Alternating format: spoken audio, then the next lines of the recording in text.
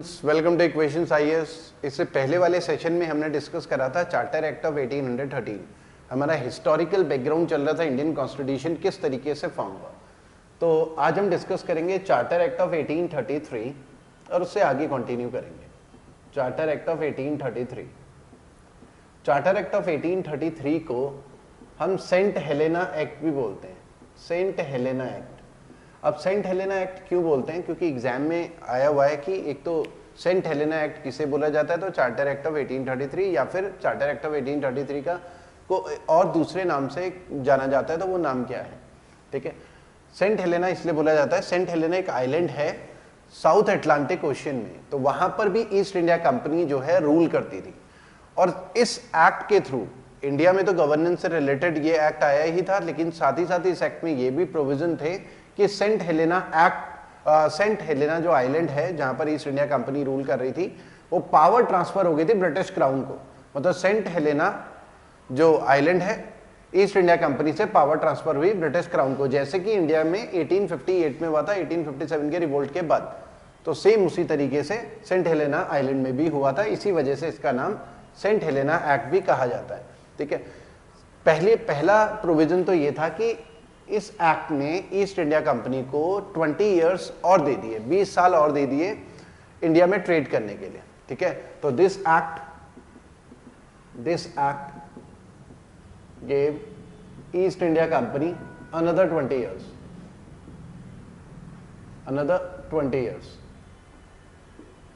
to trade in India,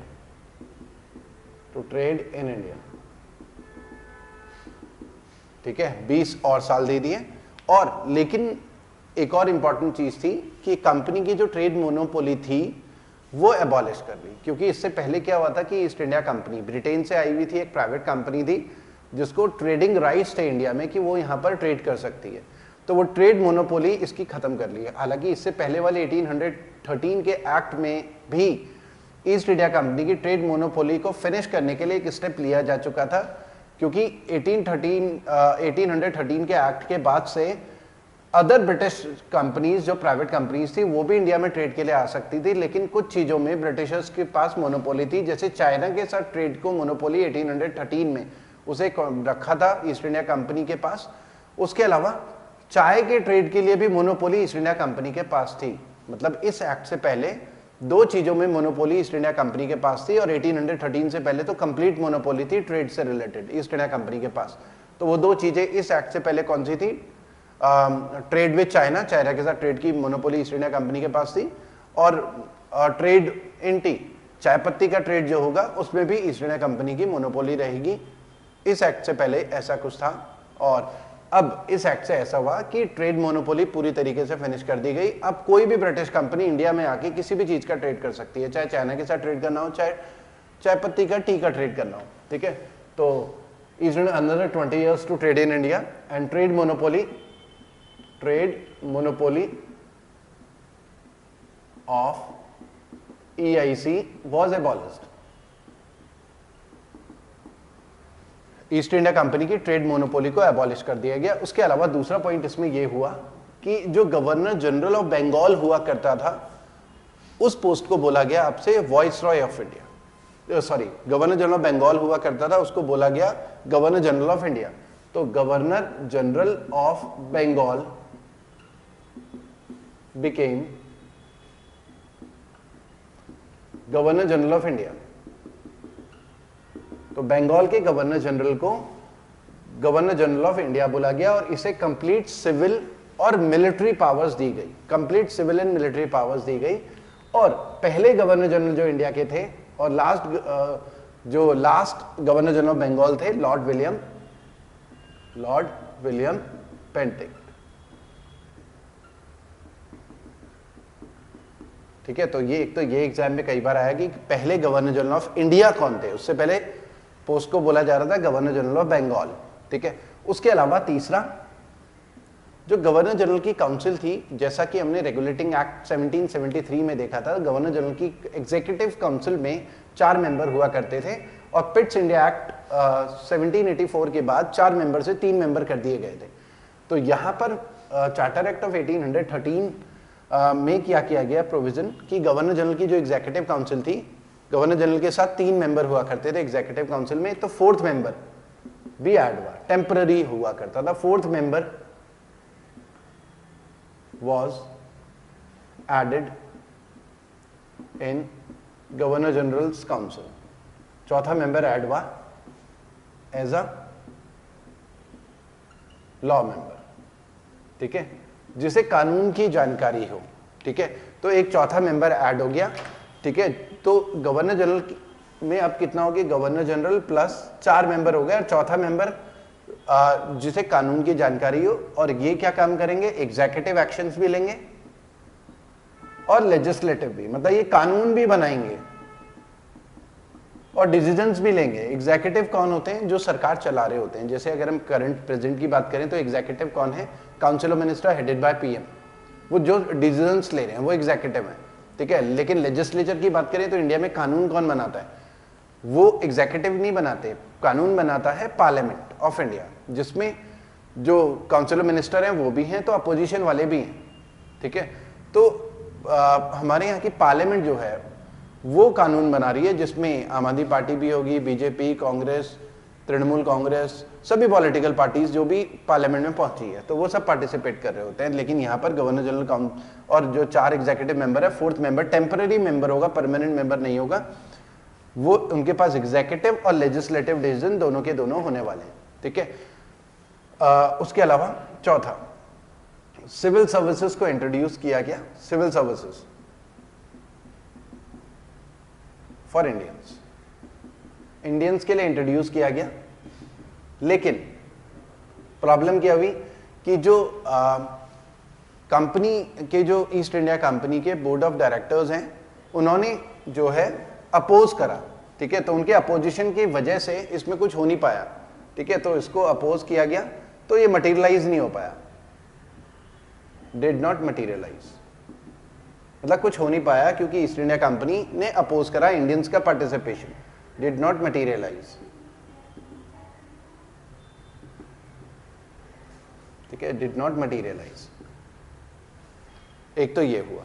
उसके अलावा conditions of slavery को इंप्रूव करने की बात इस एक्ट में करी गई कि स्लेवरी की कंडीशंस को इंप्रूव करना है, ठीक है, स्लेवरी की बात करी गई। और फाइनली क्या हुआ, स्लेवरी मतलब बंधुआ मजदूरी होती है, ठीक है, बंधुआ मजदूरी होती है, उसे हम स्लेवरी एक तरीके से बोल रहे हैं। तो स्लेवरी वॉज एबॉलिश्ड, ठीक है, स्लेवरी को बंद करने की बात करी, लेकिन स्लेवरी ना 1843 में एबॉलिश हुई, 10 साल बाद, ठीक है। तो मतलब स्टेप्स लेने स्टार्ट किए गए, ठीक है। एक तो एग्जाम में आया कि स्लेवरी को खत्म करने की बात, रेगुलेट करने की बात किस एक्ट में की गई, इस एक्ट में, ठीक है। लेकिन स्लेवरी वॉज एबॉलिश्ड इन 1843, 1843 में फाइनली, 1843 फाइनली, हम ऐसा बोल सकते हैं कि फाइनली स्लेवरी वॉज एबॉलिश्ड इन 1833। उसके अलावा इंडियन जो लॉज थे उनको कोडिफाई किया गया, Indian laws were codified, Indian laws were codified. इसका मतलब क्या है कि इससे पहले कोई भी डिस्प्यूट होता था फैमिली से रिलेटेड, फैमिली मैटर में, मैरिज डाइवोर्स से रिलेटेड, फैमिली डिस्प्यूट हो गया, प्रॉपर्टी से रिलेटेड, तो होता क्या था कि अगर हिंदू हैं तो हिंदुओं में जो पंडित होते थे उनको बुलाया जाता था, जो पंडित होते थे उनकी हेल्प से ब्रिटिशर्स जो हैं जस्टिस देते थे, इससे पहले ये हुआ करता था। और ऐसे ही इस्लाम में जो है, जो उलेमास वगैरह हैं उनको बुला के उनसे ओपिनियन लेके ब्रिटिशर्स जो हैं डिसीजन दिया करते थे। और जो है यहाँ पर 1833 में इंडियन लॉज को कोडिफाई किया, मतलब रिटन में करना स्टार्ट किया गया, क्योंकि उससे पहले रिटन में कोई भी लॉ बना हुआ नहीं था। तो यहाँ पर 1833 ऐसा एग्जाम में आया कि इंडियन लॉ को कोडिफाई करना कब से स्टार्ट किया गया, तो इंडियन लॉ को कोडिफाई करना स्टार्ट किया गया 1833 में। जो पंडित्स थे या उलेमास थे इस्लाम में, या अलग अलग रिलीजन के लोग थे, उनके जो भी फैमिली डिस्प्यूट से रिलेटेड चीजें हैं तो उनको रिटन में कोडिफाई करना स्टार्ट किया गया, ठीक है। उसके अलावा इसमें यह भी प्रोविजन था कि किसी भी इंडियन को on the basis of religion या कलर, स्किन कलर के बेसिस पे एम्प्लॉयमेंट वगैरह डिनाई नहीं किया जा सकता। मतलब जैसे हम कॉन्स्टिट्यूशन में पढ़ते हैं ना, there should be no discrimination on the basis of religion, race, caste, same यही चीज इसमें ब्रिटिशर्स ने इंट्रोड्यूस करी कि किसी भी इंडियन को on the basis of religion या कलर के बेसिस पे डिस्क्रिमिनेशन नहीं होगा उसके साथ एम्प्लॉयमेंट में, ठीक है। तो ये सारी चीजें जो हैं चार्टर एक्ट ऑफ 1833 में थी। अब आते हैं चार्टर एक्ट ऑफ 1853 में।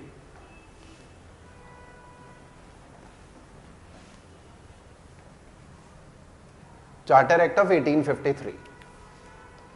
अब चार्टर एक्ट ऑफ 1853 की खासियत क्या है? देखो अभी हमने डिस्कस करा, नॉर्मली ये चार्टर एक्ट ना कंपनी को, जैसे इससे पहले 33 आया, 53 20 ईयर्स का गैप है, तो नॉर्मली हो क्या रहा था कि जो ब्रिटिश गवर्नमेंट थी ये चार्टर एक्ट के थ्रू 20-20 साल के लिए ट्रेड की परमिशन दे रही थी ईस्ट इंडिया कंपनी को। तो 20-20 साल की बात हो रही थी, इसलिए 1833 के बाद सीधे 1853 आया। और साथ ही साथ इंपॉर्टेंट ये भी था 1833 के एक्ट में कि ईस्ट इंडिया कंपनी एक तरीके से एक इफेक्टिव रूलर बन चुकी थी इंडिया में, क्योंकि उसकी ट्रेड मोनोपोली वगैरह तो सब एबॉलिश हो चुकी थी, बाकी प्राइवेट कंपनीज भी आ सकती थी इंडिया में ट्रेड के लिए, और ईस्ट इंडिया कंपनी जो है वो अब गवर्नेंस में जो है पार्टिसिपेट कर रही थी, मतलब वो एक तरीके से पॉलिटिकल रूलर बन चुकी थी, ठीक है। चार्टर एक्ट ऑफ 1833 का पहला ये था कि इसने कंपनी का रूल तो एक्सटेंड करा, ठीक है, it extended companies rule, company का रूल तो एक्सटेंड करा लेकिन टाइम स्पेसिफाई नहीं करा, क्योंकि अभी तक जो भी चार्टर एक्ट आ रहे थे 20-20 साल के लिए टाइम एक्सटेंड कर रहे थे कि 20 और साल के लिए ईस्ट इंडिया कंपनी इंडिया में ट्रेड कर सकती है, ठीक है, but did not specify the time, time specify नहीं करा कि ईस्ट इंडिया कंपनी इंडिया में कब तक रूल करेगी। तो एक तो हिंट ये मिलने लगी थी सभी को कि क्योंकि टाइम स्पेसिफाई नहीं करा है तो जल्दी ही हो सकता है कि जो ब्रिटिश गवर्नमेंट है वो क्या करे, ईस्ट इंडिया कंपनी से पावर ट्रांसफर करवा ले ब्रिटिश क्राउन को, ठीक है। तो हो सकता है ईस्ट इंडिया कंपनी के को बाय बाय कहने की शुरुआत यहां से हो गई थी, क्योंकि टाइम स्पेसिफाई नहीं कर रहे हैं, वरना वो चाहते ब्रिटिश गवर्नमेंट तो वो 20 साल के लिए एक्सटेंड करते, ईस्ट इंडिया कंपनी को ट्रेड की परमिशन देते, लेकिन उन्होंने टाइम स्पेसिफाई नहीं करा, तो इसका मतलब जल्दी ही ईस्ट इंडिया कंपनी को बाय बाय कहने की शुरुआत हो चुकी है। तो पहला पॉइंट तो ये था। उसके अलावा कोर्ट ऑफ डायरेक्टर्स हुआ करते थे, कोर्ट ऑफ डायरेक्टर्स हमने डिस्कस करा था कि court of directors and board of control हुआ करते थे, बोर्ड ऑफ कंट्रोल, ठीक है। बोर्ड ऑफ कंट्रोल में तो हमने डिस्कस करा था कि 6 मेंबर्स होते हैं, है ना, और headed by finance minister of England. तो इंग्लैंड का जो फाइनेंस मिनिस्टर वो हेड कर रहा होता है, ये बेसिकली कंपनी को पॉलिटिकली रूल कर रहे हैं, पॉलिटिकल रूलर। और जो कोर्ट ऑफ डायरेक्टर्स हैं, कोर्ट ऑफ डायरेक्टर्स 24 डायरेक्टर्स हैं, इन्हें कोर्ट ऑफ प्रोप्रिएटर भी बोलते हैं, ठीक है। ये बेसिकली कंपनी के जो शेयर होल्डर्स हैं ना, वो डायरेक्टर्स को यहाँ पर अपॉइंट करते हैं ताकि शेयर होल्डर्स के को प्रोटेक्ट किया जा सकती, ठीक है। तो ये 24 डायरेक्टर्स थे, इनका नंबर घटाकर 18 कर दिया। एक तो इस एक्ट में ये किया गया, तो 24 डायरेक्टर्स को रिड्यूस करके 18 कर दिया गया। और हमने 1833 के एक्ट में देखा था कि वो जो लॉ मेंबर था, टेम्पररी था, उसे फुल टाइम कर दिया गया, was made full time, made full time, तो लॉ मेंबर को फुल टाइम कर दिया गया, ठीक है। उसके अलावा सिविल सर्विसेज एग्जामिनेशन को इंट्रोड्यूस किया गया, सिविल सर्विसेज एग्जामिनेशन को इंट्रोड्यूस किया गया, ठीक है, ऑल्सो फॉर इंडियंस के लिए भी, ठीक है। और इसके लिए अगले साल जो है मैकॉले कमेटी भी बनी थी,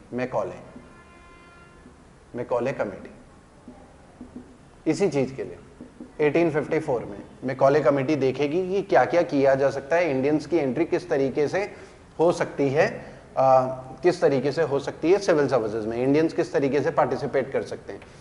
उसके अलावा एक और इंपॉर्टेंट पॉइंट ये था कि जैसे अभी हमने डिस्कस करा था 1833 में, क्योंकि लेजिस्लेटिव पावर और एग्जीक्यूटिव पावर दोनों की दोनों किसके पास थी, गवर्नर जनरल के पास होती थी। गवर्नर जनरल, उनकी काउंसिल, 4 मेंबर थे, चौथा मेंबर तो लॉ मेंबर हो गया। अब इसमें एक नई चीज इंट्रोड्यूस करी गई कि 6 मेंबर अलग से अपॉइंट किए जाएंगे लेजिस्लेटिव पर्पस के लिए, ठीक है। तो 6 मेंबर्स फॉर लेजिस्लेटिव पर्पस, कानून बनाने के लिए, लेजिस्लेटिव पर्पस। तो इसका मतलब क्या हुआ कि जो गवर्नर जनरल हुआ करता था, गवर्नर जनरल की एग्जीक्यूटिव काउंसिल थी, 4 मेंबर थे।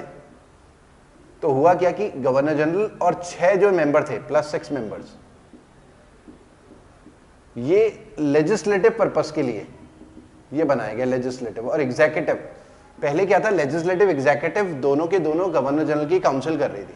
तो अब क्या किया गया कि लेजिस्लेटिव को अलग किया गया कि कानून कौन बनाएगा, कानून बनाने के लिए 6 मेंबर अलग से होंगे, और एग्जीक्यूटिव एक्शंस के लिए जैसे इंडिया में है, लेजिस्लेचर अलग हो गया, एग्जीक्यूटिव अलग हो गया। एग्जीक्यूटिव हो गया council of minister headed by prime minister, centre की बात करें, और लेजिस्लेचर हमारा क्या हो गया, पार्लियामेंट, जो कि कानून बनाएंगे। तो सेम वैसे ही किया गया, कानून बनाने के लिए 6 मेंबर अपॉइंट किए गए गवर्नर जनरल के पास, और 4 एग्जीक्यूटिव काउंसिल में थे, तो वो तो एग्जीक्यूटिव एक्शंस के लिए थे। तो इंडिया में फर्स्ट टाइम 1853 के एक्ट से ऐसा हुआ कि फाउंडेशन ऑफ पार्लियामेंट्री सिस्टम, ये क्या था, फाउंडेशन ऑफ एक तरीके से पार्लियामेंट्री सिस्टम, ये एग्जाम में कई बार आया, foundation of parliamentary system, parliamentary system was introduced, ठीक है। तो 6 मेंबर जो अपॉइंट किए थे लेजिस्लेटिव पर्पस के लिए, तो पार्लियामेंट्री सिस्टम वो इंट्रोड्यूस किया गया, ठीक है। तो ये सारी चीजें थी जो कि हमने डिस्कस करी 1833 और 1853 के एक्ट में। इससे नेक्स्ट वाले सेशन में हम 1858 से रिलेटेड चीजें डिस्कस करेंगे। Thank you.